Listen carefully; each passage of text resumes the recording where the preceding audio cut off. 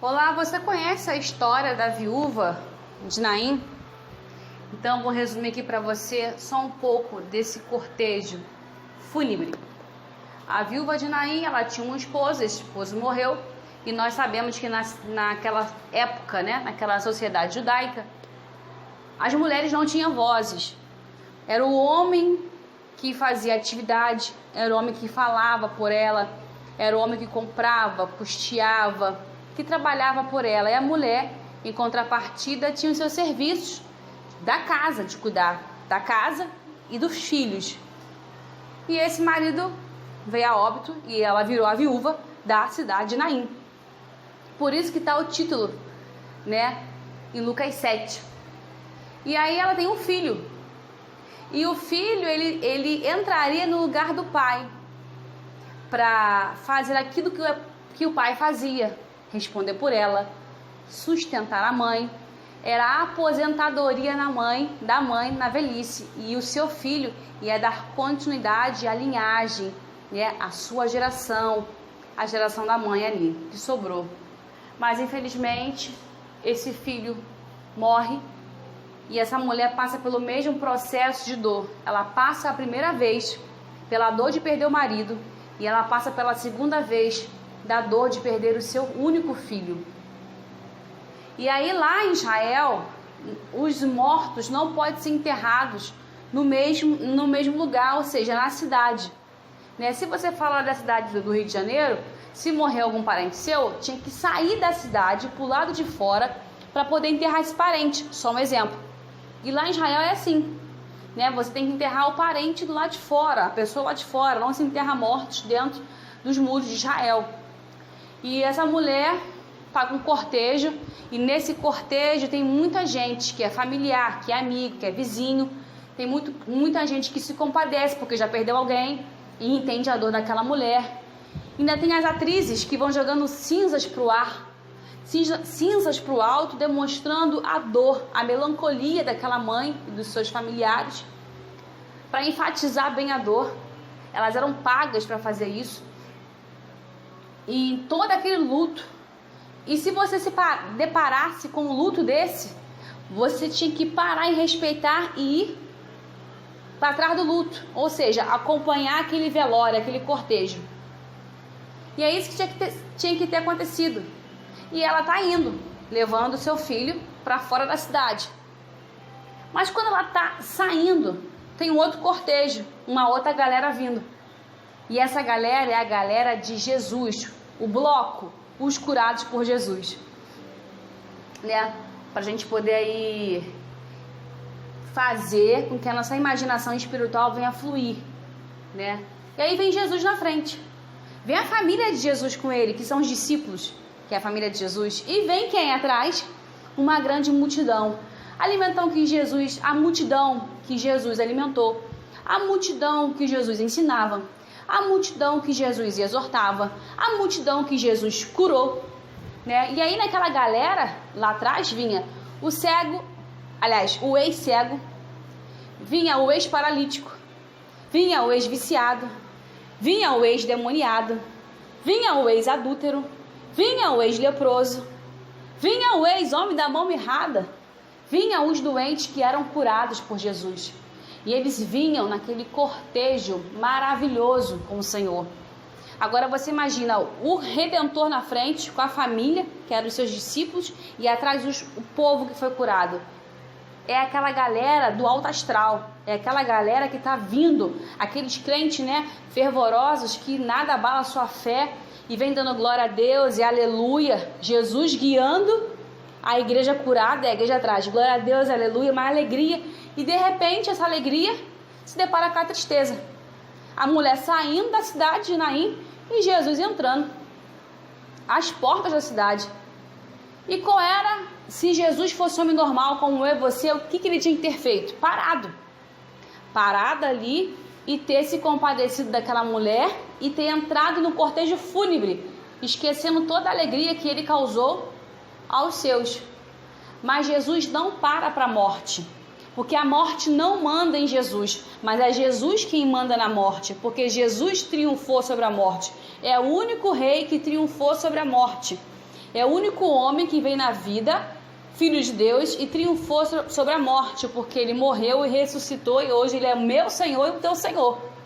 Foi isso que aconteceu. E aí ele não respeita a morte, mas ele se compadece, ele tem íntima compaixão por ela. E eu até acredito que essa íntima compaixão é porque ele conhece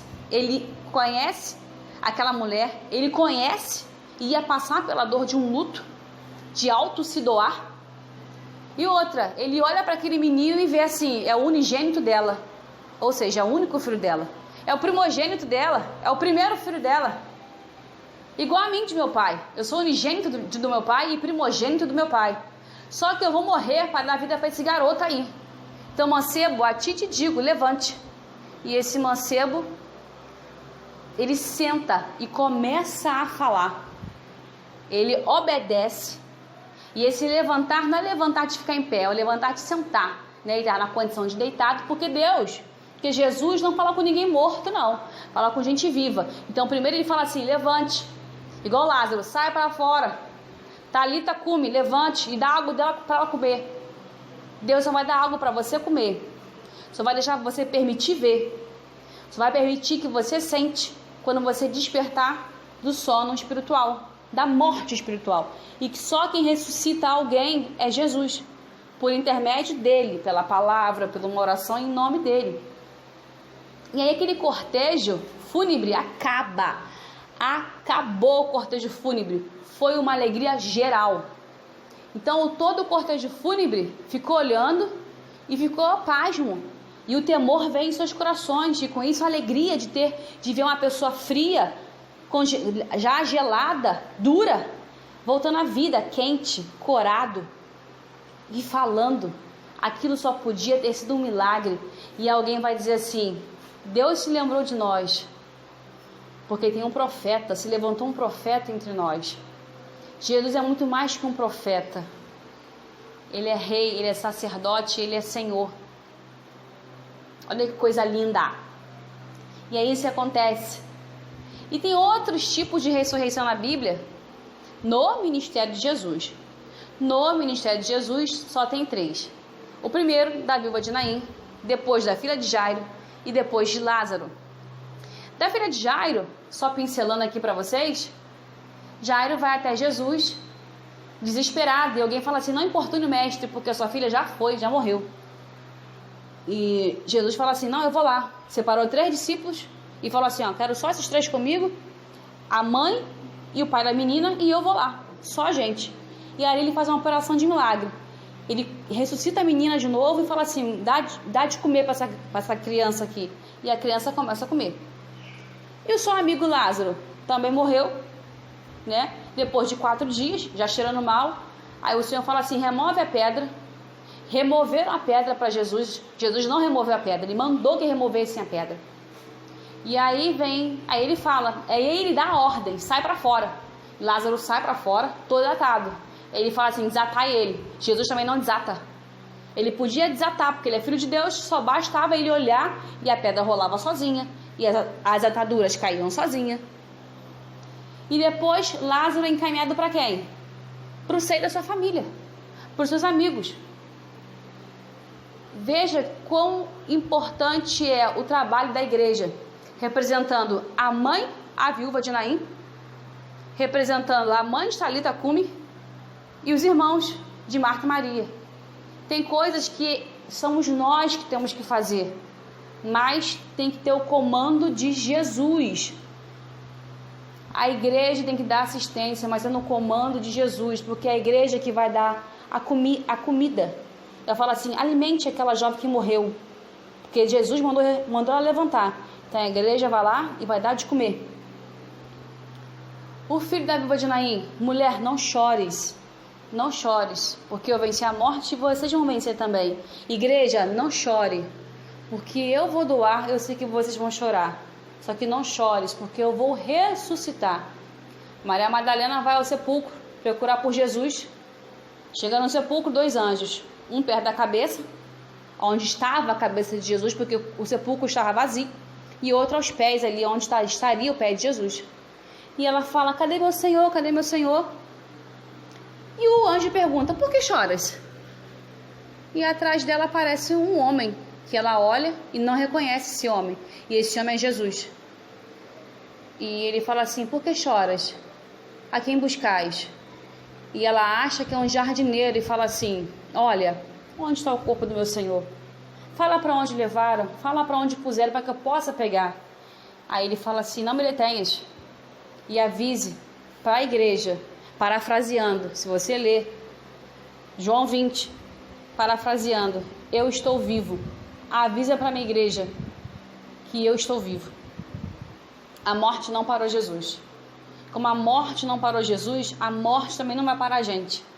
Enquanto você e eu estivermos nessa terra, vamos fazer o trabalho da igreja. Alimentar as pessoas espiritualmente, dando pão, dizendo: levanta, comece a falar, igual o filho da viúva de Naim, levantou para falar o quê? Para falar que eu estava morto e agora estou vivo. Igual a gente fala: eu era pó e o Senhor me pegou do pó e me ergueu. Eu estava morto, mas agora eu vivo em Cristo. Como a jovenzinha Thalita, 12 anos. Ué, quantos jovens mortos. Mas a gente tem um alimento e muitas das vezes a gente retém. Libera esse alimento.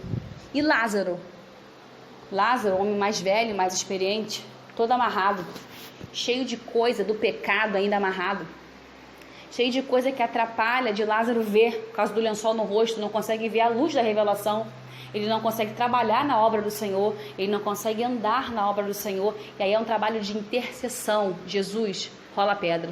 Jesus, manda sair para fora.